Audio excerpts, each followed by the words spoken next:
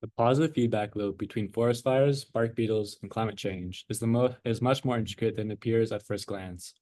It's become so fundamental to how forests function that we cannot hope to solve these problems through better forest management. Rather, we will have to address climate change as a whole to begin solving the issues facing our forests. These connections, which intertwine these three factors, have put into motion an exponentially increasing climate disaster that can be outlined by six different relationships. Our first relationship is between beetles and forest fires, as beetles drain moisture from trees by depleting them of sap and increase the spread of fire in newly dead forest with low wind speeds. Forest fires can increase climate change due to the amount of carbon dioxide that's emitted from smoke. This will then lead to an increase in temperature and can lead to drought.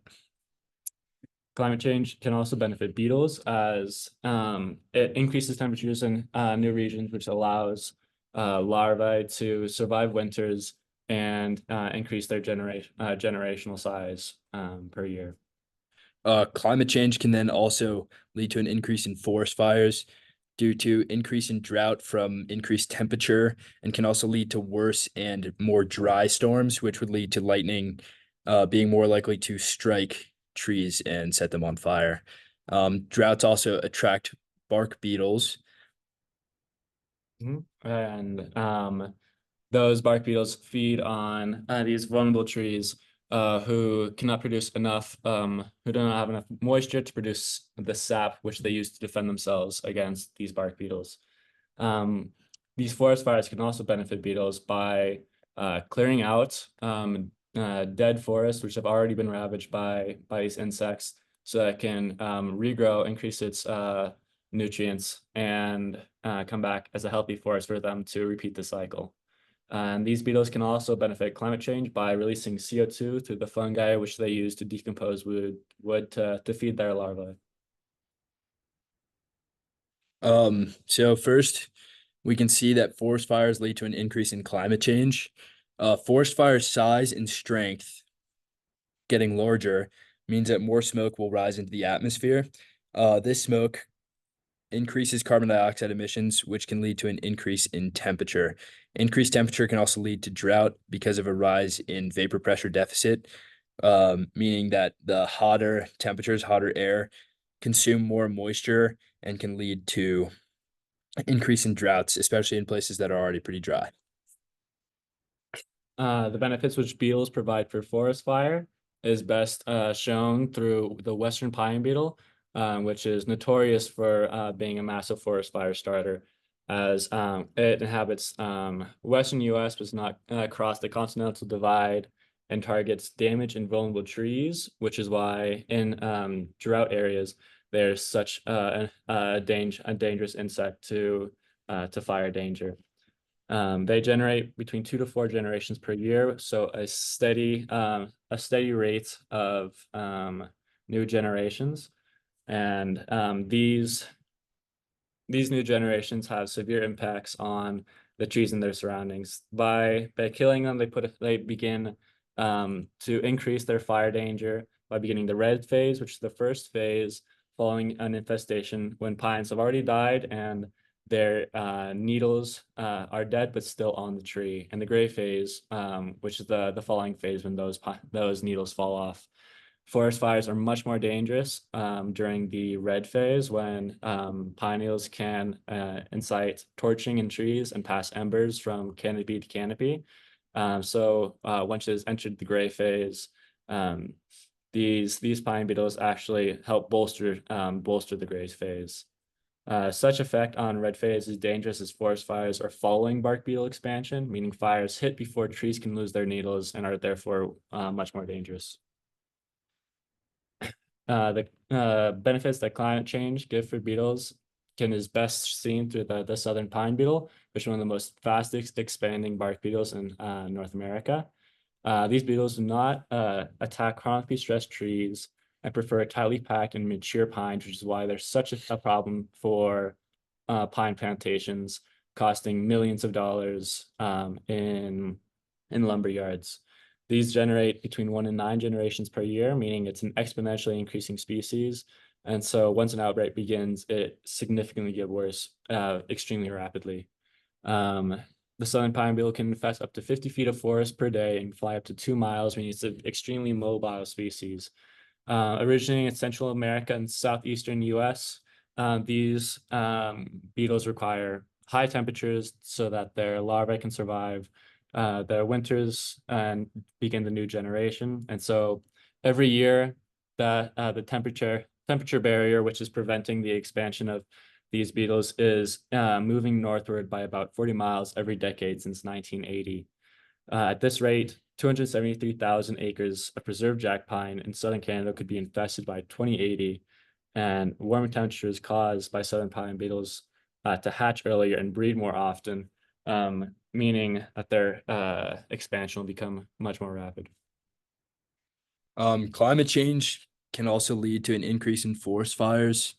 So since the start of the Industrial Revolution, humans have been burning fossil fuels, which has increased CO2 in the atmosphere. And this increase in warming can increase the vapor pressure deficit, or VPD. VPD describes the amount of moisture in the air versus how much the air can hold. So an increase in VPD means an increase in drought because the air is sucking up all of the moisture in the land. This means that trees and surrounding vegetation are more dry. And these are going to be drier because the air is sucking up a lot of the moisture that they can take from the ground, which means that they're more likely to burn. An increase in drought can also lead to drier storms, where the water is evaporating before it hits the ground. And even though that happens, lightning still does hit the ground, which makes it more likely that lightning could ignite a tree and start a fire. As well as lightning can get stronger due to climate change because of more hot air. There's a stronger updraft, which leads to stronger storms. Climate change, we can see its effect on the area of forest fires and also the amount of fuel that feeds the fires. So the red dots on the graph are showing an increase in both fuel aridity and forest fire area through time. And we can see that there is an increase, meaning there's more fuel available for fires and there's more area that the fires are burning. And then on this last table, we see an increase in anomaly of maximum temperature, minimum temperature, and also an increase in VPD. And this can show us that there is an increase in temperature, increase in drought. This is during the year 2015. And around the same time, there was an outbreak of the Western pine beetle in areas of California where we see the VPD increase. Trees use sap as a defense mechanism to drown beetles. So an increase in temperature and a severe drought left the trees with little moisture for sap production, which means that the beetles can thrive in these trees. And trees also produce terpenoids, which is a chemical defense mechanism against beetles. But terpenoids are extremely flammable and will just fuel more fire. The effect which forest fire have on beetles is reestablishing forests they've previously already infested, allowing them to regrow into healthy environments, which will support another cycle of bark beetle infestation. So after beetles have depleted the forest of healthy trees, they move on to infest a new forest, and now the dead forest left behind does not have the resource to be able to recover sufficiently to replenish its forest again. So forest fires help clear this area of its dead and dying pines, which enriches the soil with nitrogen and nutrients and increases the amount light available for ground level saplings and shrubs. Once the forest is fully recovered, beetles return to the healthy forest and continue the cycle again. The benefits that beetles have on climate change is that bark beetles have actually developed a symbiotic relationship with certain fungi, which they introduce to trees by transporting on their wings, which begins these fungi growth within the tree to decompose bark and wood to feed their larvae. The decomposition that comes from this fungi releases large amounts of CO2, just as much as forest fires, meaning that forests are being bled of their CO2 constantly being spread out for several years that it takes for them to decompose. In the end, we can see that there is a huge positive feedback loop between climate change, forest fires, and bark beetles. And I think that we can confidently say that climate change is what our main focus should be as a solution. Firefighters and the Park Service use controlled burns and other methods as a way of preventing and controlling forest fires. But in the end, the overlying problem is climate change, and the only way that we'll be able to get back to sort of a normal cycle is by combating climate change and greenhouse gas emissions.